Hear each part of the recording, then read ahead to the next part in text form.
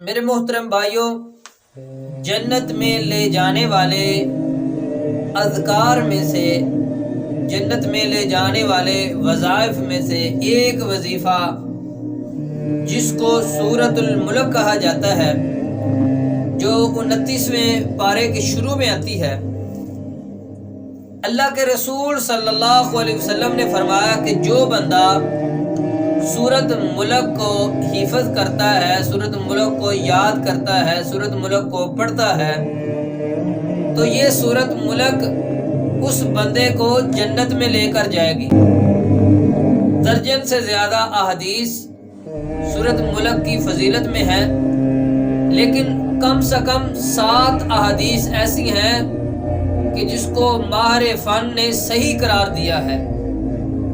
اور ان کا خلاصہ یہ ہے کہ جو بندہ سورۃ ملک رات کو پڑھ کر سو جائے گا، اللہ تعالیٰ اس کو قبر کے عذاب سے محفوظ رکھے گا، اور یہ سورۃ ملک اپنے پڑھنے والے کو جنت میں لے کر جائے گی۔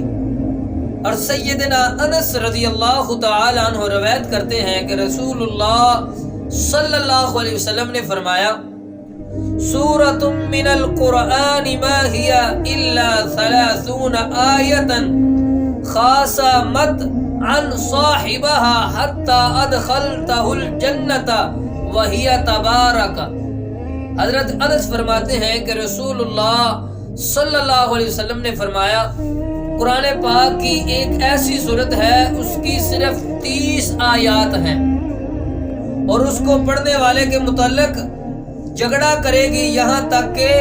وہ اس کو جنت میں داخل کروا دے، اور وہ سورۃ تبارک ہے۔ یعنی کہ یہ جھگڑا کرے گی، اے میرے اللہ، یہ مجھ کو رات کو سوتے وقت بھی پڑھتا تھا، چلتا پھرتا بھی مجھ کو پڑھتا تھا، اللہ میں اس کی شفاعت کرتی ہوں، اس بندے کو جنت میں داخل کر دے۔ تو اللہ اس کی شفاعت کی وجہ سے اس بندے کو جنت میں داخل کر دے گا۔ تو میرے محترم بھائیوں، ہمیں چاہیے